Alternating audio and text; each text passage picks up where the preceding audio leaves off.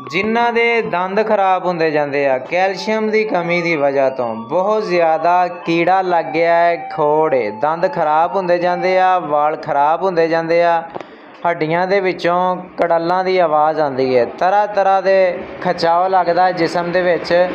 ਪਰੇਸ਼ਾਨ ਹੋ ਜਾਂਦੀਆਂ ਬੀਬੀਆਂ ਦੇ ਬੰਦੇ ਕਿ ਸਾਡੇ ਨਾਲ ਇਹ ਕੀ ਮਸਲਾ ਬਣ ਰਿਹਾ ਹੈ, ਅਤੇ ਡਾਕਟਰਾਂ ਕੋਲ ਰੰਗ ਬਿਰੰਗੀਆਂ ਦਵਾਈਆਂ ਖਾਈ ਜਾਂਦੇ ਨੇ, ਗੋਲੀਆਂ ਖਾਈ ਜਾਂਦੇ ਨੇ, ਅਤੇ ਮਸਲਾ ਫਿਰ ਠੀਕ ਨਹੀਂ ਆਉਂਦਾ।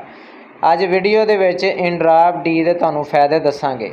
ਜਿਨ੍ਹਾਂ ਦੀਆਂ ਹੱਡੀਆਂ ਕਮਜ਼ੋਰ ਹੈ, ਬਹੁਤ ਜ਼ਿਆਦਾ ਚਿੜਚਿੜਾ ਕੰਮ ਹੈ ਕੈਲਸ਼ੀਅਮ ਵਿਟਾਮਿਨ ਡੀ ਦੀ ਵਜ੍ਹਾ ਤੋਂ, ਜਾਂ ਸਿਰ ਦੇ ਵਾਲ ਕਮਜ਼ੋਰ ਹੋ ਗਏ ਨੇ, ਦੰਦ ਕਮਜ਼ੋਰ ਹੁੰਦੇ ਜਾਂਦੇ ਨੇ, ਦੰਦ ਭੁਰਦੇ ਜਾਂਦੇ ਨੇ, ਹੱਡੀਆਂ ਖੋਖਲੀਆਂ ਹੁੰਦੀਆਂ ਜਾਂਦੀਆਂ ਨੇ, ਉਹ ਬੀਬੀਆਂ ਜਿਨ੍ਹਾਂ ਨੂੰ ਲਿਕੋਰੀਆ ਦਾ ਮਸਲਾ ਹੈ ਜਾਂ ਕੈਲਸ਼ੀਅਮ ਦੀ ਕਮੀ ਹੈ, ਉਹ ਬੰਦੇ ਜਿਨ੍ਹਾਂ ਨੂੰ ਵਿਟਾਮਿਨ ਡੀ ਦੀ ਕਮੀ ਹੈ, ਬਲੱਡ ਪ੍ਰੈਸ਼ਰ ਲੋ ਰਹਿੰਦਾ ਹੈ ਜਾਂ ਹਾਈ ਰਹਿੰਦਾ ਹੈ। ਅਗਰ ਉਹਨਾਂ ਦਾ ਕੈਲਸ਼ੀਅਮ ਵਿਟਾਮਿਨ ਡੀ ਦੀ ਵਜ੍ਹਾ ਤੋਂ ਬਲੱਡ ਪ੍ਰੈਸ਼ਰ ਹਾਈ ਹੁੰਦਾ ਹੈ, ਅਤੇ ਉਹਨਾਂ ਵਾਸਤੇ ਵਿਟਾਮਿਨ ਡੀ ਦਾ ਇੰਜੈਕਸ਼ਨ ਹਫਤੇ ਦੇ ਵਿੱਚ ਇੱਕ ਵਾਰੀ ਜਾਂ 10 ਦਿਨ ਬਾਅਦ ਬਹੁਤ ਹੀ ਬੈਸਟ ਹੈ। ਜੂਸ ਵਿੱਚ ਮਿਲਾ ਕੇ ਇੰਜੈਕਸ਼ਨ ਨੂੰ ਪੀ ਲਿਆ ਜਾਏ ਅਤੇ ਇਹਦੇ ਨਾਲ ਤੁਹਾਨੂੰ ਬਹੁਤ ਜ਼ਿਆਦਾ ਫਾਇਦਾ ਮਿਲੇਗਾ। ਅਗਰ ਤੁਸੀਂ ਹਫਤੇ ਦੇ ਵਿੱਚ ਇੱਕ ਦਫਾ, ਮਹੀਨੇ ਦੇ ਵਿੱਚ 3 ਦਫਾ ਇੰਜੈਕਸ਼ਨ ਪੀ ਲੈਂਦੇ ਜੇ, ਤਾਂ ਇਨਸ਼ਾਅੱਲਾ ਤੁਹਾਨੂੰ ਇਹਦੇ ਨਾਲ ਬਹੁਤ ਜ਼ਿਆਦਾ ਫਾਇਦਾ ਮਿਲੇਗਾ।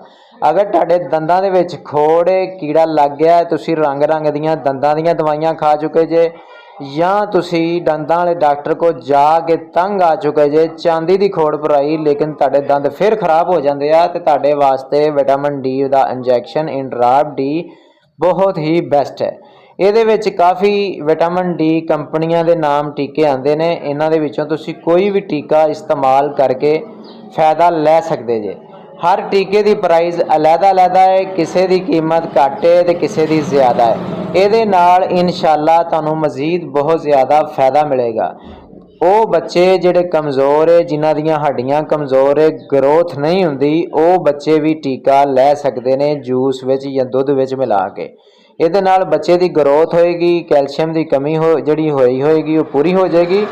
ਅਤੇ ਵਾਲਿਦੈਨ ਨੂੰ ਚਾਹੀਦਾ ਹੈ ਖੁਦ ਟੀਕਾ ਇਸਤੇਮਾਲ ਕਰਨ, ਨਾਲੇ ਬੱਚਿਆਂ ਨੂੰ ਵੀ ਇਸਤੇਮਾਲ ਕਰਨ।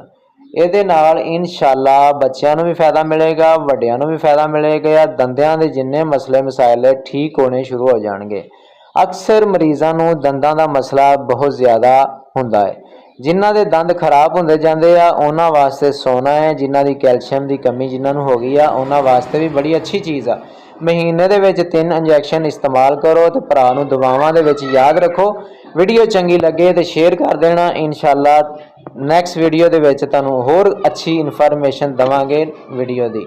अल्लाह हाफिज़, अपना ख्याल रखना, बहुत शुक्रिया। मिलते हैं नेक्स्ट वीडियो में, उतनी देर के लिए अल्लाह हाफिज़।